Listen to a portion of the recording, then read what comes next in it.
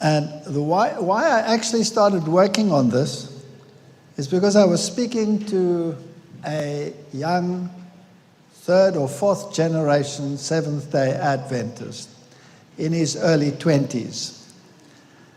And I'm always a little bit provocative.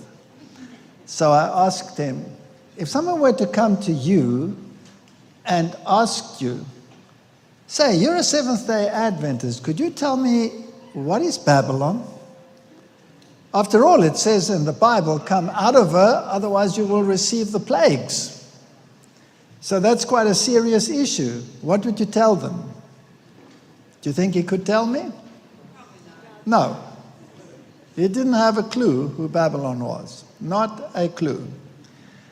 And his girlfriend, who was there, was most indignant that I should ask such a question, because what has that got to do with the times that we are living in? And I thought to myself, you know what? If the Adventists don't know who Babylon is, then it's time we started preaching to the outside world what it is, and perhaps the inside world can perk up and listen. And I'm not going to go through the whole thing, it's too long. Daniel 5 verse 25, this is the fall of Babylon. And this is the writing that was written, Mene, Mene, Tekel, Upharsin. And this is the interpretation of the thing. Mene, God has numbered thy kingdom and finished it.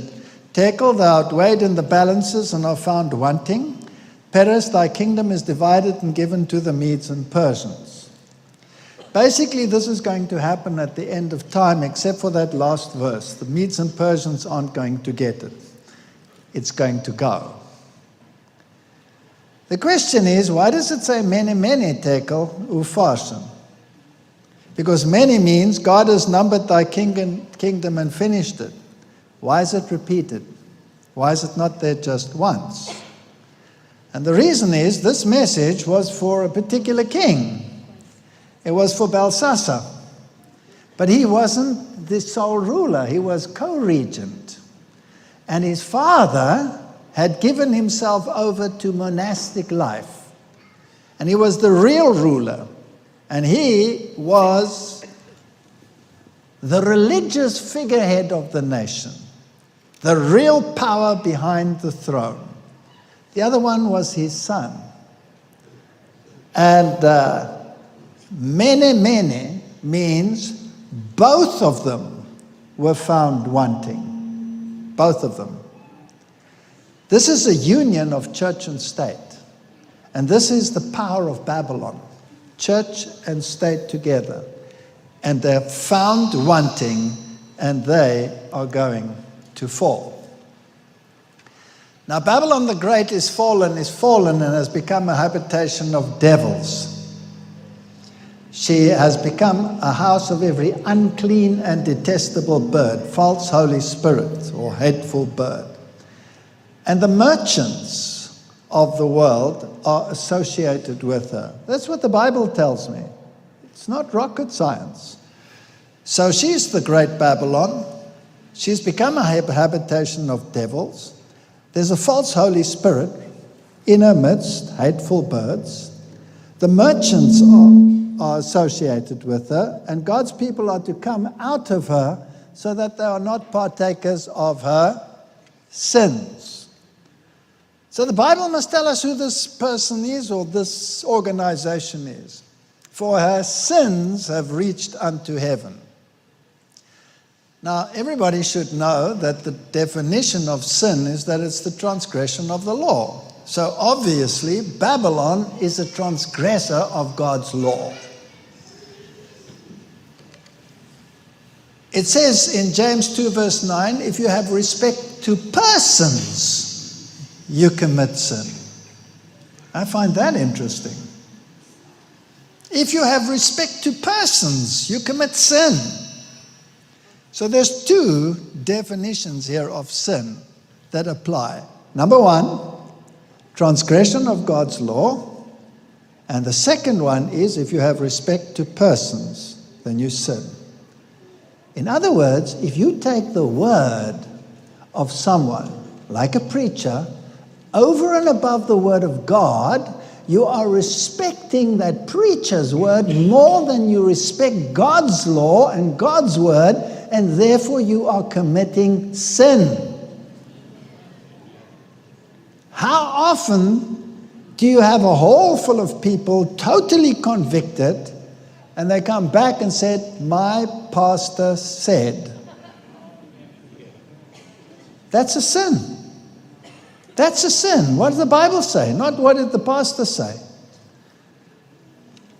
So Babylon is a transgressor of God's law, and anybody who listens to her or her representatives and respects them more than the word of God is a partaker of that sin. That's one message we must get across. We know that it consists of 3 parts. And that's the dragon, the beast, and the false prophet. We read that in Revelation 16, verse 30. And we all know who the dragon is, because Revelation chapter 12 tells us it's the devil. Right? And that devil deceives. And he is the father of lies. So he was a liar and a murderer from the beginning, and he does not have the truth. So he doesn't have the truth. It means he doesn't uplift Jesus, because he's the way, the truth, and the life. He negates God's word, because thy word is truth, and he hates God's law because thy law is truth, says Psalms 119. So that's what the devil does, and he's the father of lies. And if I want to know more detail about his lies, then I go to Genesis, and it tells me that he said, you surely will not die. You shall not surely die. You shall be as gods, and you shall know good and evil. 3 lies of the devil. So obviously, if Babylon consists of a conglomerate of the dragon, the beast, and the false prophet, then they must be in harmony with these lies. Simple. Then you must know who Babylon is. Okay, so who teaches, which church denomination teaches immortality of the soul? All of them. Virtually all of them. Not quite all of them, but virtually all of them. Okay, score 1, strike 1. Second one, you shall be as gods. Only Roman Catholicism has that as one of its dogmas, that we shall be as gods.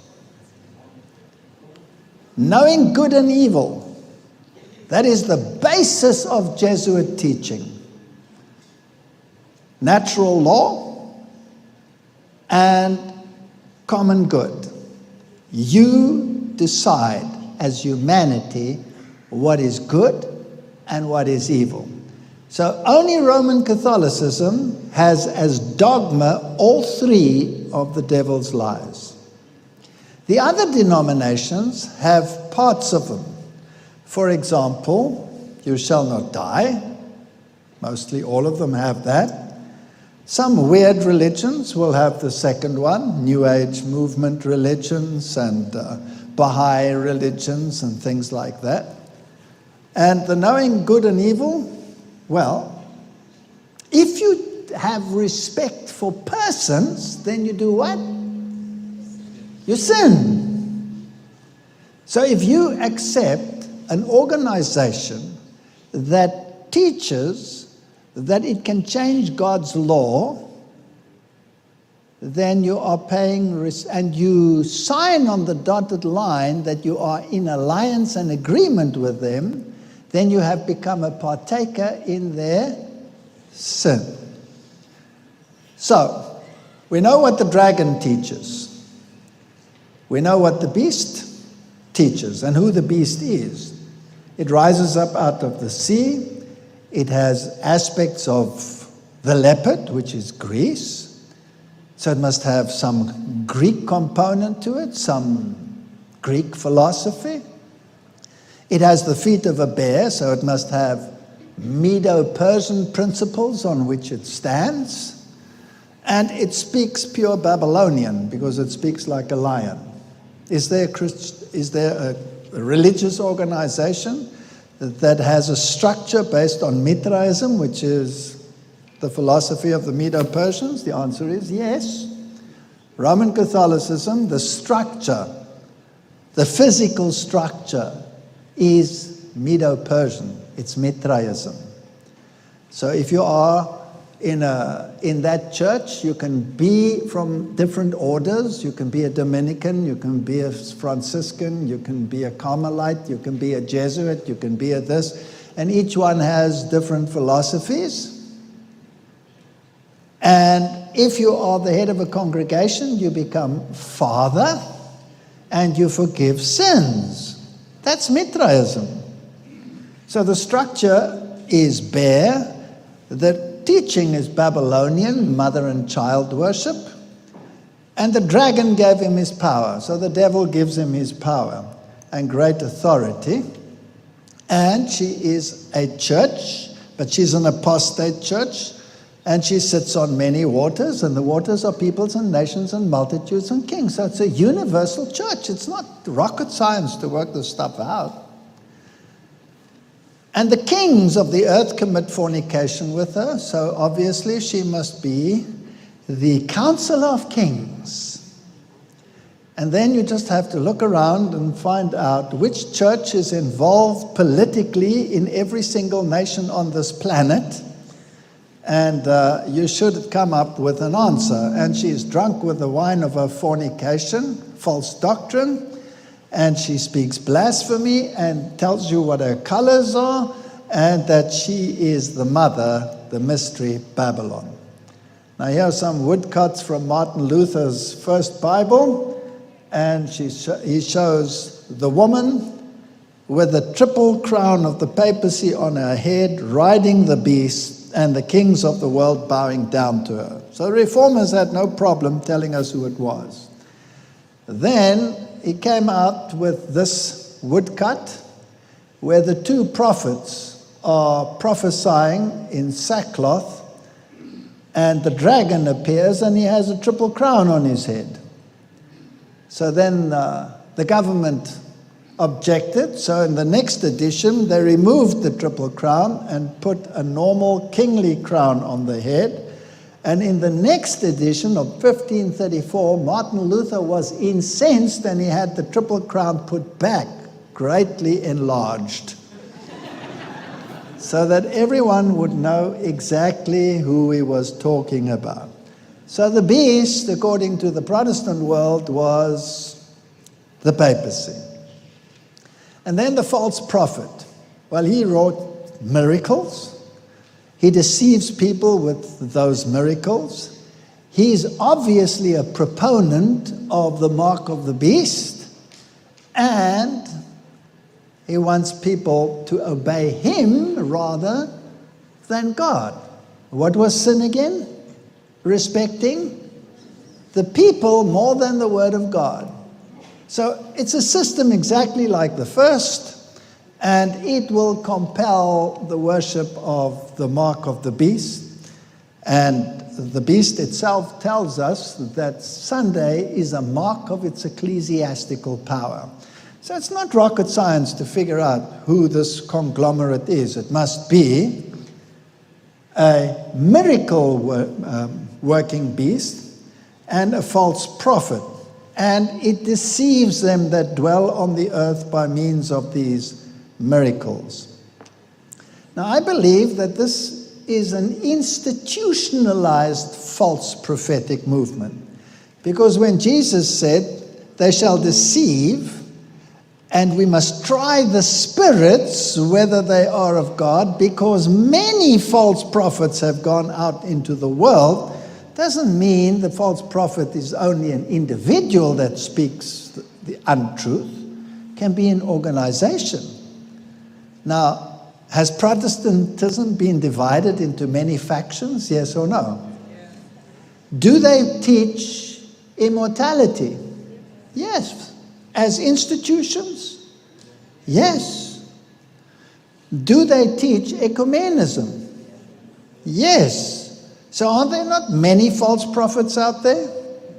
And are they involved with the Spirit? In other words, making a great hoo-ha of the Spirit? Well, what was the function of the Spirit? Wasn't it to uplift Christ? Won't he come and testify of Jesus? The devil doesn't mind if you approach God the Father directly, as many movements want to do now, and say, God is only one and you must go straight to the Father. Or if you go straight to the Holy Spirit and say, come, Holy Spirit, come. But the Bible says nobody comes to the Father except by Jesus. He doesn't mind if you bypass Jesus, as long as he can deceive you with that. So the only solution was to forsake her. Now, the typical Babylon is any sign of the anti-typical Babylon, and we must look at the typical, what happens to her. Jeremiah tells us we would have healed Babylon, but she's not healed. Has God, in the course of history, made attempts to heal Babylon? Has it been rejected time and time again? Yes, she's not healed. So the only solution is forsake her. Get out. And it's interesting, in the end, the beast and the false prophet will be thrown into the lake of fire. In other words, those religious systems will be destroyed. The only one that remains is the dragon, because he's going to sit around for 1,000 years and wait for his demise. So obviously, this has to do with a clash of wills. Matthew 6 verse 10 says, thy kingdom come, thy will be done in earth as it is in heaven. Is God's will being done in earth at the moment? No, obviously not. At least not like it is in heaven. So if whoever shall do the will of God, the same is my brother and my sister and my mother. And there's one verse after the other where it says you have to do the will of God, do the will of God. You will fulfill the royal law if you do the will of God. So what is the opposite of doing the will of God? Doing evil. So it says in 2 Kings, yet the Lord testified against Israel and against Judah by all the prophets and by all the seers, saying, turn you from your evil ways. What are these evil ways? Keep my commandments and my statutes according to all the law which I commanded your fathers. It's not difficult. So what is evil?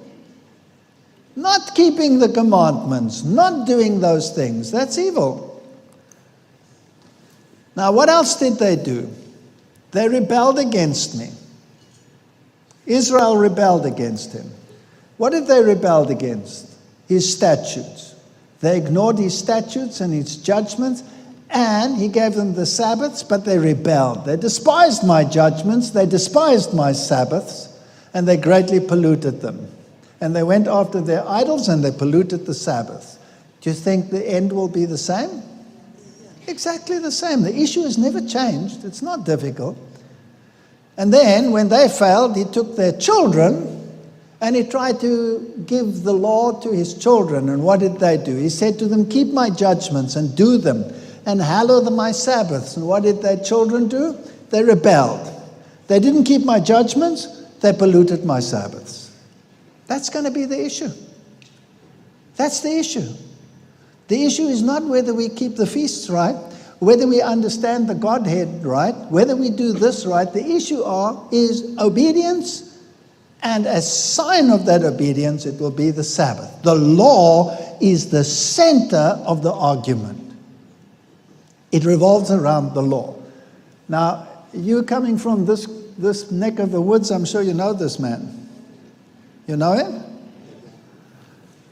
Yeah, he's one of the American politicians that used to speak a lot of sense while he was still there. And I quite like the man. And he held a talk in the House about the law. And I thought every Seventh-day Adventist, and not only every Seventh-day Adventist, everybody in the world should hear what he has to say about the law. And he's talking about an earthly law. He's talking about the law in this country. Let's listen to what he has to say. Let's hope it works. From South Carolina is recognized for 5 minutes. Thank you, Mr. Speaker. The issue in this case actually implicates the very existence of the House. The law is the reason we exist. We do not exist to pass ideas or to pass suggestions. We make law with the corresponding expectation that that law will be enforced, respected, and executed. And we do so because the law is the thread that holds the tapestry of this country together. It is the most unifying, equalizing force that we have. It makes the rich respect the poor. It allows the powerless to challenge the powerful, and attempts to undermine the law, Mr. Speaker, regardless of motivation, are detrimental to the social order. In 2014, President Obama declared unilaterally that almost 5 million unlawful immigrants would receive deferred action under some tortured definition of prosecutorial discretion. I can't help but note the word discretion means sometimes you say yes and sometimes you say no, but of course, the administration has never said no. The court found not a single time has the administration said no, so that's not prosecutorial discretion, Mr. Speaker. That's lawlessness. And you may like what the president did. I take it from some of the speakers that they do, and you may actually wish what the president did was actually law. You may wish, Mr. Speaker, you may wish that when Democrats controlled the House, the Senate, and the White House for 2 years, that they had lifted a finger to do a single solitary thing about what they're talking about this morning. You may wish that. You may wish that all these grandiose policies that we are talking about this morning on the other side, that they'd cared enough about to actually make law when they had a chance, but they did not. And they know now that one person doesn't make the law in a republic. You may want to live in a country where one person makes the law, but that would not be this country. You would have to look for another one. And the president knows this because more than 20 times, Mr. Speaker, he said he could not do the very thing that he eventually did. His power didn't change. The law didn't change. The politics is all that changed, and we should have seen this coming, Mr. Speaker. He warned us on this very floor. He warned us that he didn't need the people's house. He said he'd do it with or without Congress, and many of you cheered when he said that. Many of you cheered because you benefit from the non-enforcement of the law today. But tomorrow will be different. Tomorrow is coming, and tomorrow will be different. Tomorrow you will cry out for the enforcement of the law. Tomorrow you will want others to follow the law. We are here, Mr. Speaker, because this administration violated one law in its haste to allow others to violate yet another law. The administration lost, and then they appealed. So here we are before the Supreme Court. Mr. Speaker, Congress has let the executive branch engage in constitutional adverse possession. Today it's immigration. Tomorrow it will be some other law. And one day, I say to my friends on the other side of the aisle, one day your party may not control the gears of enforcement. One day a Republican president might decide that he or she doesn't like a law and is going to ignore it and fail to enforce it. For more than 2 centuries, Mr. Speaker, the law has been more important than any political issue. It's been more important than any election. It's been more important, frankly, than any one of us. It binds us together and it embodies the virtues that we cherish, like fairness and equality and justice and mercy. And we symbolize our devotion to the law with this blindfolded woman holding a set of scales and a sword. And that blindfold keeps her focus on the law. But I want you to understand this, Mr. Speaker. Once that blindfold slips off, it's gone forever.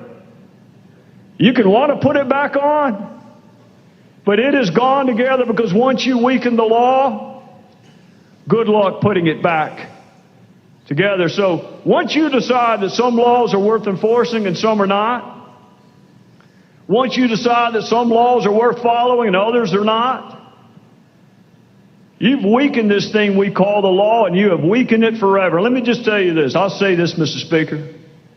It doesn't take any courage to follow a law you like. That doesn't take any courage.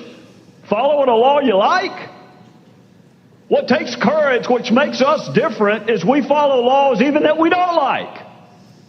And then we strive to change them. Legally. That is the power and the fragility of the law. But once it is abandoned, it is weakened in the eyes of expect to follow it. I'll say this, Mr. Speaker, in conclusion. In the oath of citizenship that we require new citizens to take, could I have 45 more seconds? 2 minutes. The gentleman is recognized for 2 minutes. Thank you, Mr. Speaker. In the oath of citizenship that we require new citizens to take, and I'm sure the Speaker already knows this, and perhaps some of my colleagues on the other side may know this as well, but in that oath, it references the law 5 separate times. 5 separate references to this thing we call the law in the very oath that we want new citizens to take. 5 times in a single paragraph. Mr. Speaker, good luck explaining why new citizens should follow the law when those in power do not have to. Good luck explaining the difference between anarchy and the wholesale failure to enforce a law simply because you do not like it. Good luck stopping the next president from ignoring a law that he or she does not like. If the president can pick and choose which laws he likes, then so can the rest of us. And you have undermined the very thing that binds us together. So be careful what you do today. Tomorrow is coming. With that, I would yield back. Gentlemen, It was pretty good, eh? You like what he said? Now, if he feels that way about an earthly law, how do you think God feels about a heavenly law? Good luck! If you think you can break one of God's laws and get away with it, it's just a logical thing. Now, if we unpack this further, I'm going to skip a lot of these.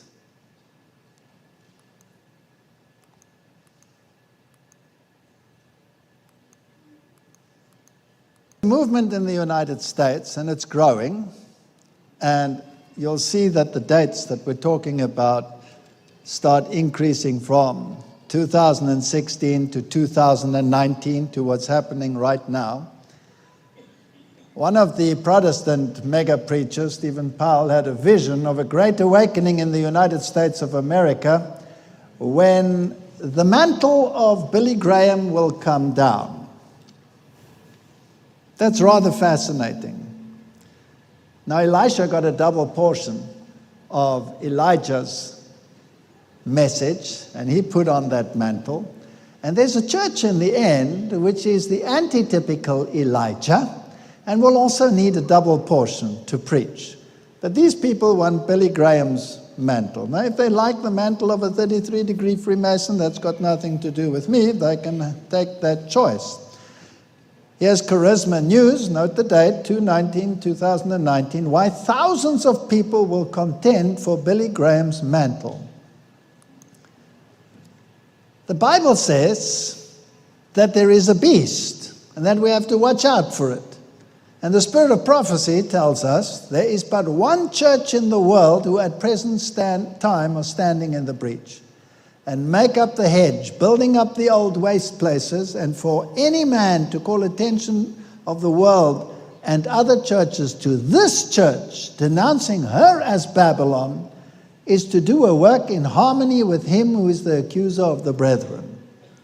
Just because the religious systems have become Babylon because they preach doctrines that are not biblical, doesn't make this church that does not preach those doctrines Babylon. Let's get that straight. If anybody says this church has become part of Babylon, tell them, cheerio. Go and enjoy your life elsewhere. So is there a voice that is preaching the very things that the Bible says we should preach? Yes. Here's the book, Principles of Life. It's a general conference document, copyright 1952, Principles of Life from the Word of God, and it's basically the first fundamental beliefs put in writing by this church. And they made no bones about it. They told you that the law was changed. They told you that truth needs no support such as the stake, the sword, or the prison. They told you that there is only one robe of righteousness and that you cannot be saved by human effort. They told you that the law of types and ceremonies was nailed to the cross. They told you who the Antichrist was. It was the one wearing the triple crown. And they told you who the dragon was and who the two-horned lamb was with religious and civil power. They had no qualms. I'm not going through the document, just showing their pictures. They tell you who is Babylon. They're teaching papal infallibility, idolatry of the mass, confessional, image worship. They could have put more in there, I agree. Man is by nature immortal. All of those things are there. With a loud voice preaching the three angels' messages, saying the third angel's message, don't go the way of the mark of the beast. The Bible and prophecy go together. Prophetic charts. Sunday versus Sabbath. Sunday, idolatry. Sabbath, the true sacrifice.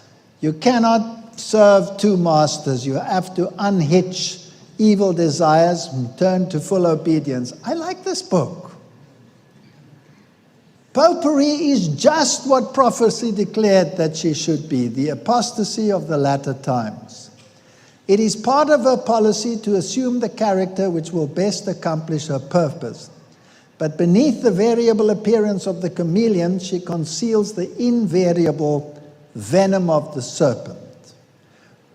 We are not bound to keep faith and promises to heretics, she declares. Shall this power, whose record for 1,000 years is written in the blood of the saints, be now acknowledged as part of the Christian church? The church that holds that the Word of God is irreconcilably separated from Rome. Rome never changes. It is a backsliding church that lessens the distance between itself and the papacy. And this is the religion which Protestants are beginning to look upon with so much favor, and which will eventually be united with Protestantism. It is Protestantism that will change and not Rome. We have this in writing. Here's the famed Crystal Cathedral. It's been sold to the Roman Catholic Church for $62 million, and then they renovated it for a further $72 million. Now, you know who Todd White is, you do? The tele-evangelist with the dreadlocks. He's got millions of followers. You know who Lou Engels is? Lou Engel? He's the one who organized the call, where thousands upon thousands crowd into stadiums waiting for this revival of the church, so that church and state can come together and rule together as the kingdom of God. It's a massive movement in your country. And I don't know whether you've heard of Angus Buchan. Have you heard of him? He's a South African evangelist. He wrote Faith Like Potatoes, and they made a movie about it. He always preaches with a cowboy hat on his head, right? Now, I want you to listen to what, changing and tweaking the words. It looks like good proper Protestant teaching, but it is the teaching of the asp, because it is Catholic doctrine couched in Protestant terminology. You have to watch these people. And I've spoken to so many in our own church that tell me that you're wrong. Rome has changed. Excuse me? Rome has changed? I just read to you, she never changes, right? It's Protestantism that will change. Not only that, they tell me, you're wrong. They are for religious liberty. They preach religious liberty. Yes, they do. But does religious liberty mean the same to them as it means to you? That's what you've got to ask yourself. You've got to find a definition so that you know where you stand. What is religious liberty? What is it to be saved? Is it to live a truly human life? Well, then they can keep it. The goal of life in society is, in fact, the historically attainable common good. Very important. These are Catholic web pages. The goal of life in society is, in fact, the historically attainable common good. That's the goal of life. Not to me. I'm terribly sorry. I'm an individual as far as that is concerned. The Pope hates that. He just said so. If that is the aim of life, then we've lost the plot.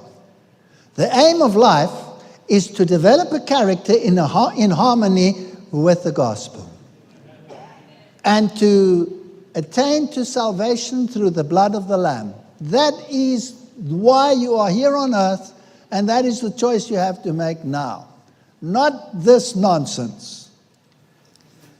Let's unpack this. Pope Francis, the common good has become global. It's not a local issue. It's not a United States issue, and it's not a South African or a European issue. It's a global issue.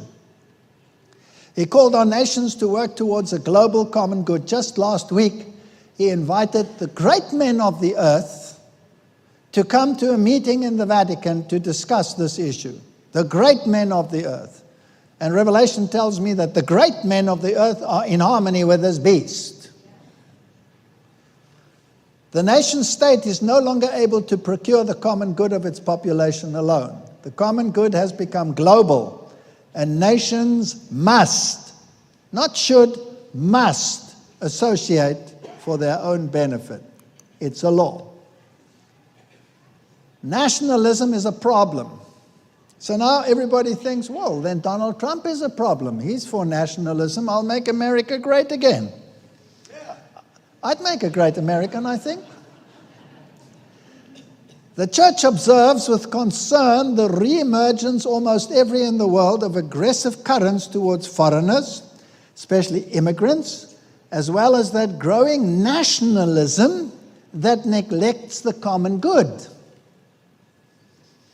So it appears on the surface as if the Church of Rome is in juxtaposition to the greatest military force on earth at the moment, the United States of America.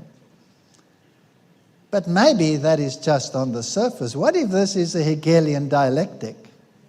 What if mankind is being herded by two ideologies that have become so polarized that eventually they come into conflict with each other and become so destructive, so that the only way to solve the demise is to fuse them into one synthesis. That's how Rome works. Let us not confuse the common good with prosperity. Well, thank you for telling me that, Pope.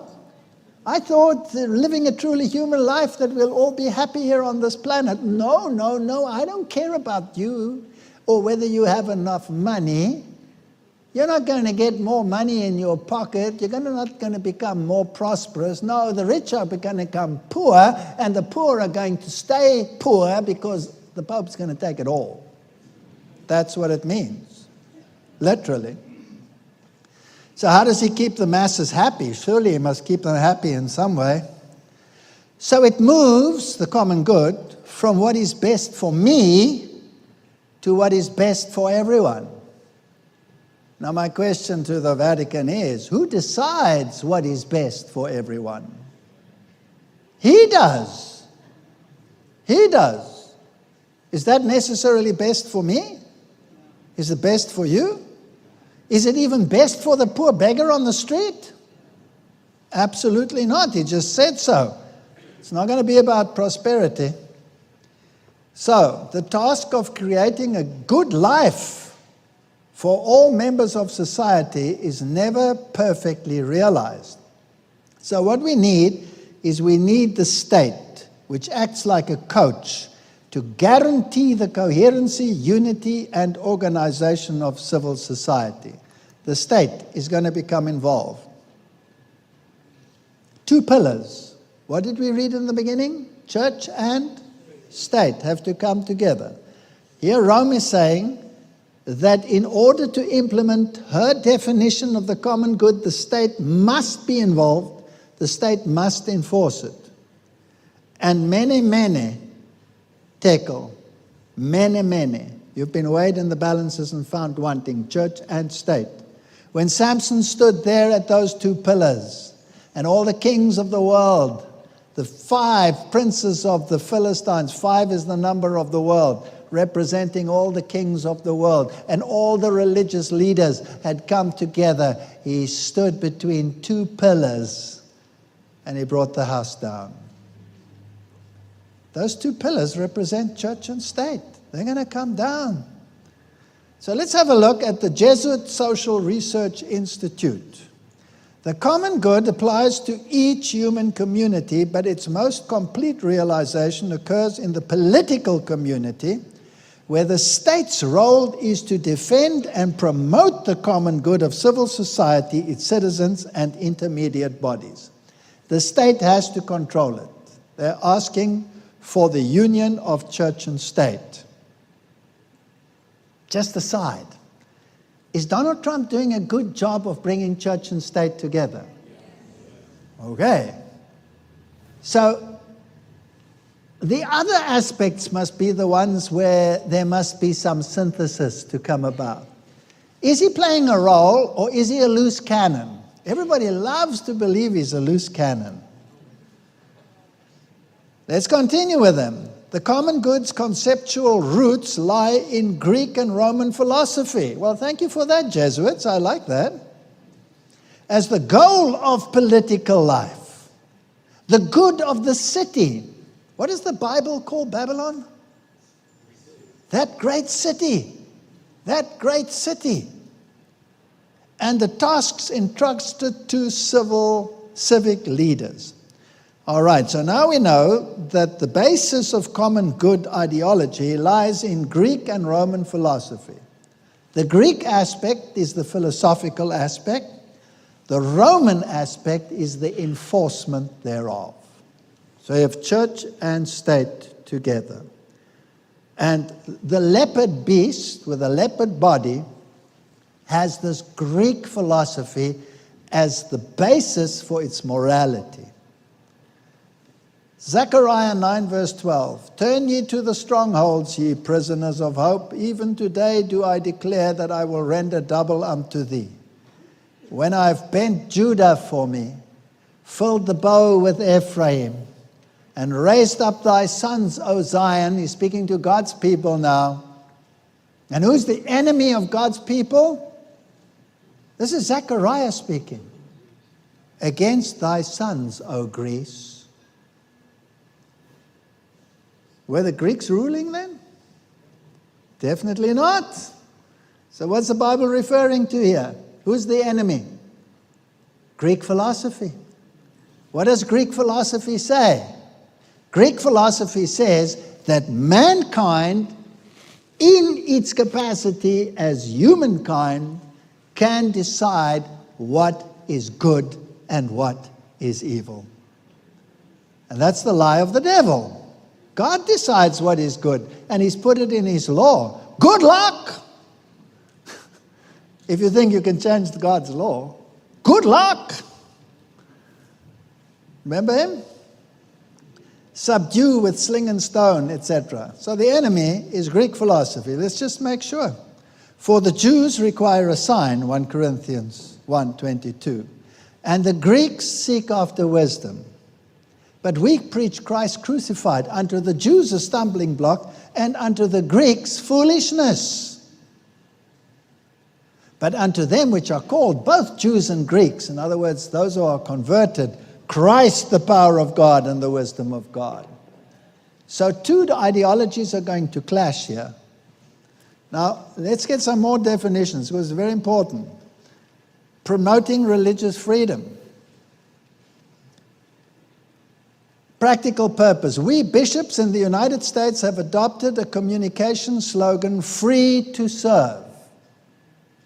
We hope that by showing people what our religious freedom permits us to do to serve the common good, our religious liberties will be respected.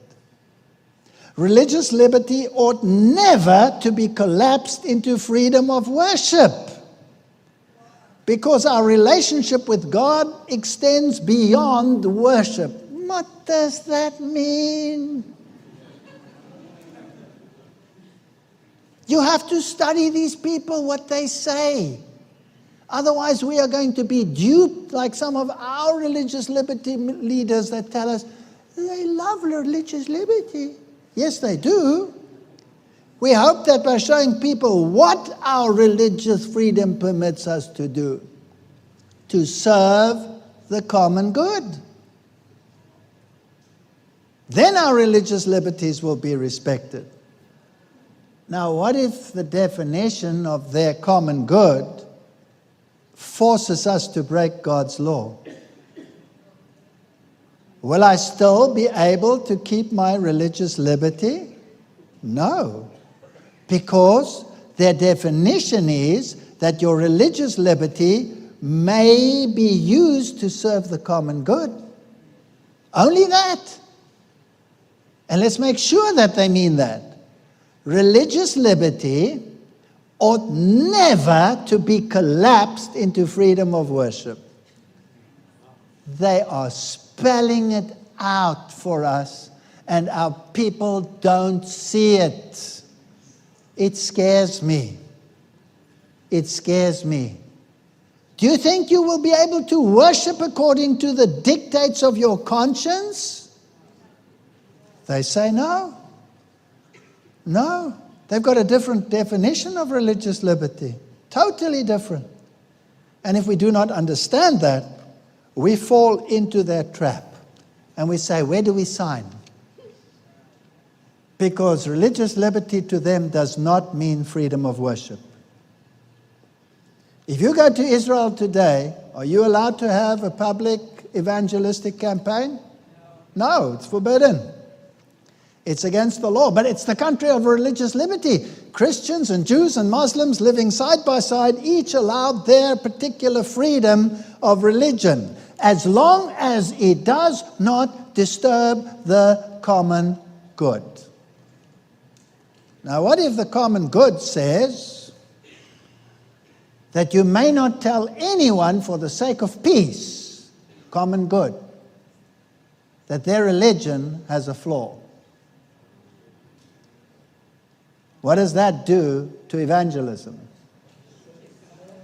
What does that do to the commandment, go ye into all the world and preach the gospel? What does it do to that? It negates it. Common good negates it. How do you achieve it? Well, what if you can create so much turmoil, so much fear, so much bloodshed between religions until people say, for the common good, let everyone keep his religion and never, never tell anyone that their religion is wrong, or else we're going to have this chaos forever. Would it be a good way of driving people into that wedge, yes or no? Okay. Why religious liberty is the most pressing issue facing our world today? We need religious liberty, they say. What kind is my question? What kind? Am I allowed to decide how to worship God? What did the Pope say? He said, no, you're not allowed to decide. No individualism allowed. He will decide for you. Protestants have patronized popery. They have made compromises and concessions which papists themselves are surprised to see. Men are closing their eyes to the real character of Romanism. The people need to resist the advances of this dangerous foe to civil and religious liberty. Spirit of prophecy. What does she say Rome is? the most dangerous foe to civil and religious liberty. And what are our leaders saying? Some of them are saying to our faces, they're our friends. They're not our friends. They are our enemy. The most dangerous foe the world has ever seen. And they are the enemy of religious liberty and civil liberty. You shall be hated for all men for my name's sake, but he that endureth to the end shall be saved. Matthew 10:22, and then she says in Maranatha, there is no necessity to thinking that we cannot endure persecution. We shall have to go through terrible times. The persecutions of Protestants by Romanism, by which the religion of Jesus Christ was almost annihilated, and I quoted this earlier, will be more than rivaled when Protestantism and popery are combined. We are heading for a clash, and it's an ideological clash between Greek philosophy, embodied by Rome, and biblical philosophy, which has a totally different basis. Trump hosts victims of religious persecution at the White House. He's going to introduce this massive new organization which will enforce the acceptance and peace between religious bodies worldwide. Worldwide. And he spoke to people from Yemen, from Germany, from Nigeria, from the Sudan, Afghanistan, Pakistan, New Zealand, Christian countries, Protestant countries, you name it. Now, when this is all enforced and the rich have been redistributed to the Vatican and not to the poor, how are you going to keep the poor happy? Well, you have to give them something. And what they get is sports. Catholic sports, not just about wins, but for the common good. And so, the Roman Catholic organizations says that, and this is interesting, in medieval Europe, in which games and sport were engaged on the feast days and Sundays, and to their incorporation in the schools of the humanists and early Jesuits. The theological underpinning of the acceptance of play and sport had to do with the understanding of the material world as good. So this understanding that mankind is inherently good and that the leaders, the religious leaders, can determine what is common good, will tell you that certain things will be permissible on a Sunday and public holidays, and that'll be sport to keep the masses happy. And so this was introduced by the Jesuits in all the schools, learning against learning, and a Catholic visionary founded the World Cup. And how do they keep the poor happy? Take them to the sports. And do they get it for nothing or do they pay? They pay.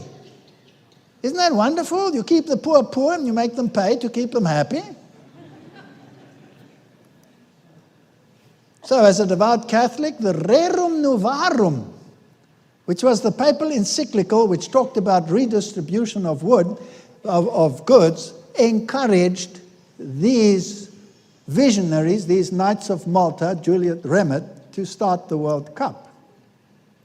Now again, here is what Adventism has to say. There is such a thing as leaning heavily on men and lightly on God. Those in charge of our schools should put into active service every talent possessed by the students that can be used for the help of the school.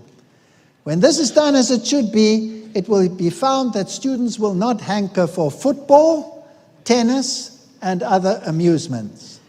What the students need to be taught is how to make themselves as useful as possible wherever they may be placed. They should learn how to adapt themselves to the work in hand. Christ says, I pray not that thou shouldst take them out of the world, but that you should keep them from evil. In the night season, I was a witness to the performance that was carried on in our school grounds, Adventist schools. The students were engaged in grotesque mimicry that was seen acted out in the minds of the enemy. Some of the very unbecoming manner, a view of things was presented to me, before me, in which the students were playing games, tennis and cricket.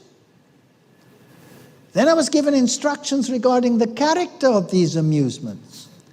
They were presented to me as a special species of idolatry, like the idols of the nations. There were more than visible spectators on the ground. Satan and his angels were there, making impressions on human minds. Angels of God who minister to those who shall be heirs of salvation were also present, not to approve, but to disapprove.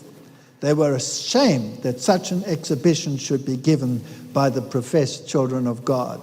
The forces of the enemy gained a decided victory, and God was dishonored.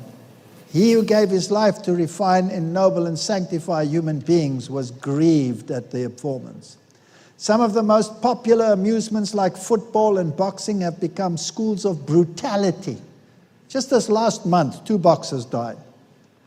They are developing the same character as did the games of ancient Rome. Other athletic games, though not as brutalizing, are scarcely less objectionable because of the excess to which they are carried. They stimulate the love of pleasure and excitement, thus fostering a distaste for useful labor. How popular do you think Seventh-day Adventists are going to be with this message during the World Cup? They're going to love you, right? Now, this is a serious issue. So common good has many aspects. And every single aspect touches each and every one of us. And in every single aspect, we're on the other side of the line. In other words, 2 ideologies are going to clash. And the majority will be on one side, and this minority will be on the other. The pressure will be unbelievable. We don't have to read all the quotes.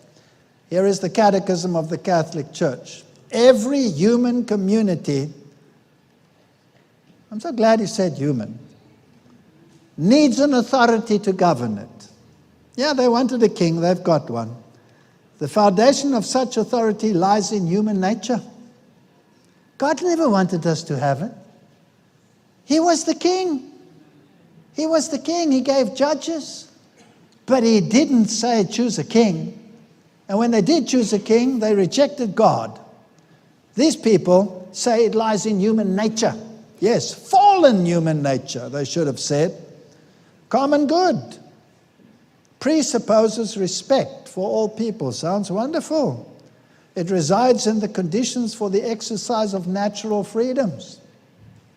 It requires peace, that is, stability and security of a just order.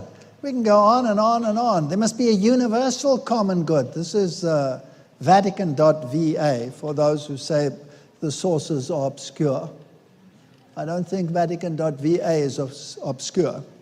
It is necessary that all participate, each according to his position and role in promoting the common good. I cannot do it.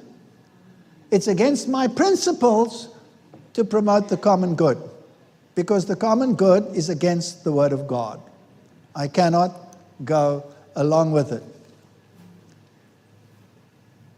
Conversion of the social partners. Everybody must change and come into harmony. Now let me just get a Jesuit to quote to you how they want to distort the Word of God. This is Paul Nitter, Jesuit. For Jesus, the Spirit-filled prophet, the focus of his life and relationships was the reign of God. That meant that he was not, as his followers have often been, church-centered. His primary concern was not to increase membership of his own movement or community, rather it was to transform people's hearts so as to transform their society. Okay, so Jesus wasn't church-centered. I thought he said, upon this rock, that he is the Son of God, the Son of the living God. He was going to build his church. And he said, go ye into all the world and preach the gospel. And the Act says, and 3,000 souls were added to the church.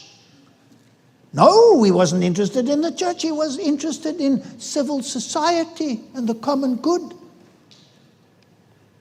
That's the crux of the problem. Christian dualism has so exaggerated the difference between God and the world that it cannot really show how the two form a unity. But my Bible says that whoever will be a friend of the world is an enemy of God.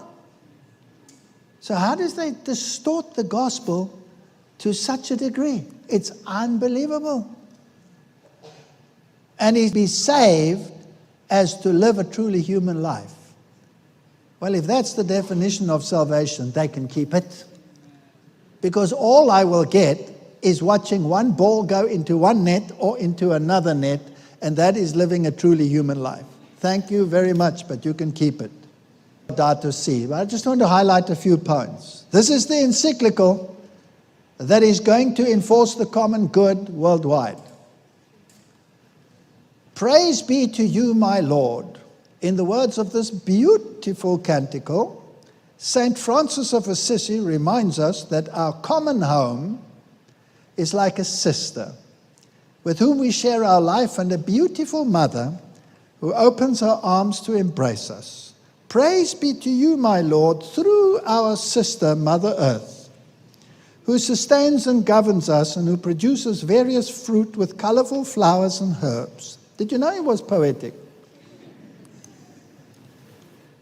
International negotiations cannot make significant progress due to the positions taken by countries which place their national interests above global common good. Which country in particular is he at grievance with at the moment? The United States of America. We have to look into that. Okay. Now, the sacramental sign and the celebration of rest. The universe unfolds in God, who fills it completely.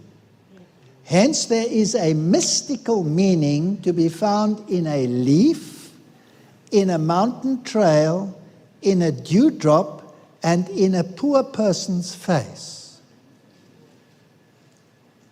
The ideal, not only to pass from the exterior to the interior to discover the action of God in the soul, but also to discover God in all things. What kind of a religion is that? I'm glad you recognize it. It's pantheism. It's actually more. It's panentheism, but never mind. Pantheism. This religion has a pantheistic God. We don't have a pantheistic God. We have a personal God. I don't need a priest to intercede on my behalf with a leaf. I have a personal Savior who is God become flesh, come to this earth so that I can communicate directly with the Godhead through Jesus Christ, who was a personal being and didn't have a mystical dewdrop and was only present in a poor man's face. What about the poor rich man's face? Doesn't he have a problem too? What is this? And we're supposed to go along with this? Then he talks about Sunday and man's eternal rest in God. That's in direct opposition to God's law. And so the day of rest centered on the Eucharist sheds its light on the whole week and motivates us to greater concern for nature and the poor. He doesn't care two hoots about poor. He wants to send them to sports and milk them even more. And this is a serious issue.